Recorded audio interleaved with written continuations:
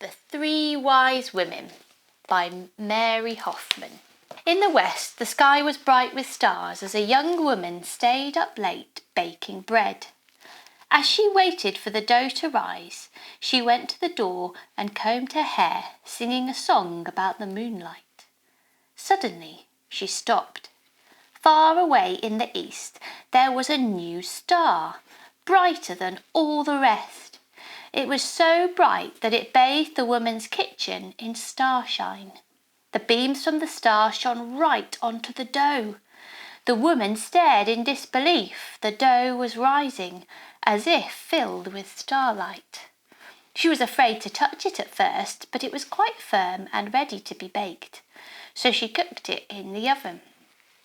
As soon as it is ready, she said to herself, I shall take the star bread and travel east. I must find where the great light is coming from. Way down in the south, where countries are hotter, another woman sat up late at night rocking her child. He was cutting a tooth and could not sleep. His mother hummed to him and loved him with words that no one else could understand. Shall Mama get you the moon, sweet baby? She crooned, taking her child out into the night to find a breeze. I could cut you a slice like a piece of mango to cool your poor mouth. The young child stretched out his fat little arms to the moon, and his mother laughed. And then they saw a strange sight, a bright new star rising in the northeast. Starlight shone on the child's face, making him smile. His mother watched in silence, her heart filled with desire to leave her village and follow the bright star.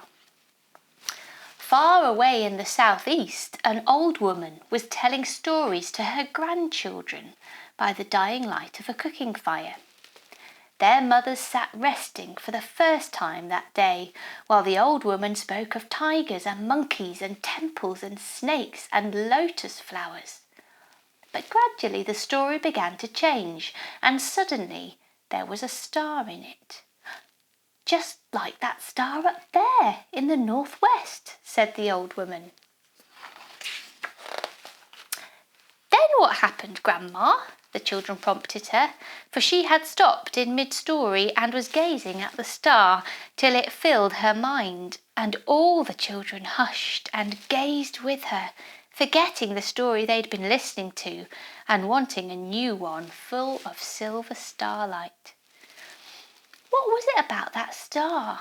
There was something different about it, which drew all three women from their homelands, and something the same that said to each of them, Follow me.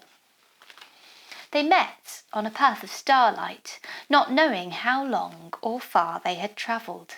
They were not hungry or thirsty or tired, so each supposed her journey had been short.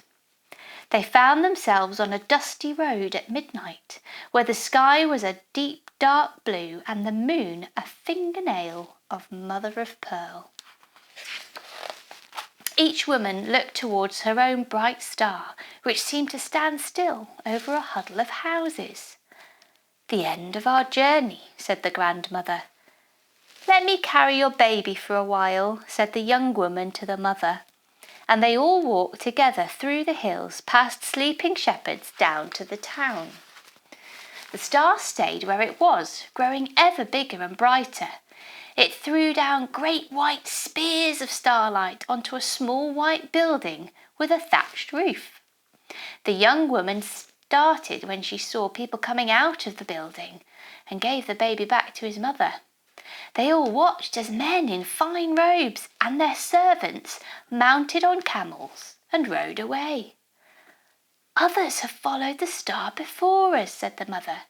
Suddenly all three women were afraid. We have come so far, said the young woman. We must go inside. They ducked their heads under the low door beam and looked in. It was just a stable with horses and donkeys. But it was also a home for a new family, a man and a woman and a newborn child, all bathed in silver starlight. And there was gold too, a whole heap of it by the baby's makeshift crib, and other presents. but nothing was as rich or as bright as the glow surrounding the baby. "Come in," said the new mother, and the women entered quietly. Their hearts were full. They too wanted to give presents. They told the baby's mother how they had left their homes drawn by the star.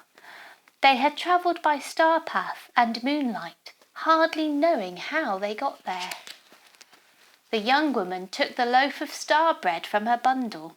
It was still warm and smelled fresh. She gave it to the baby's mother, and although he was too young to eat it, the baby touched the loaf as if to bless it.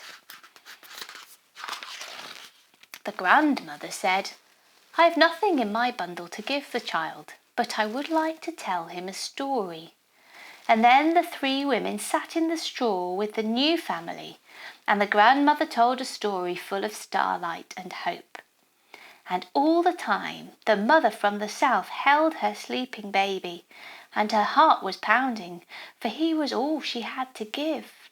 And though she was filled with a strange new love for the baby in the crib, her own child was as dear to her as life itself. When the story ended, her child awoke. Straight away he saw the baby and held out his arms to him. The two mothers held their sons, and the child gave the baby a kiss full of starlight. His mother sighed and held her child tight. There had been a present after all. The three wise women left the stable and walked the paths the star had made to lead them home. When they got back to their villages, no one noticed that they had been away, and no one remembered the star. But the star baby in the stable never forgot the women and their three presents. When he grew up, he showed that fresh-baked loaves taste even better when they are shared. He told the most wonderful stories to anyone who would listen. And the man whose birth had been marked by a new star taught the whole world that the greatest gift of all is love.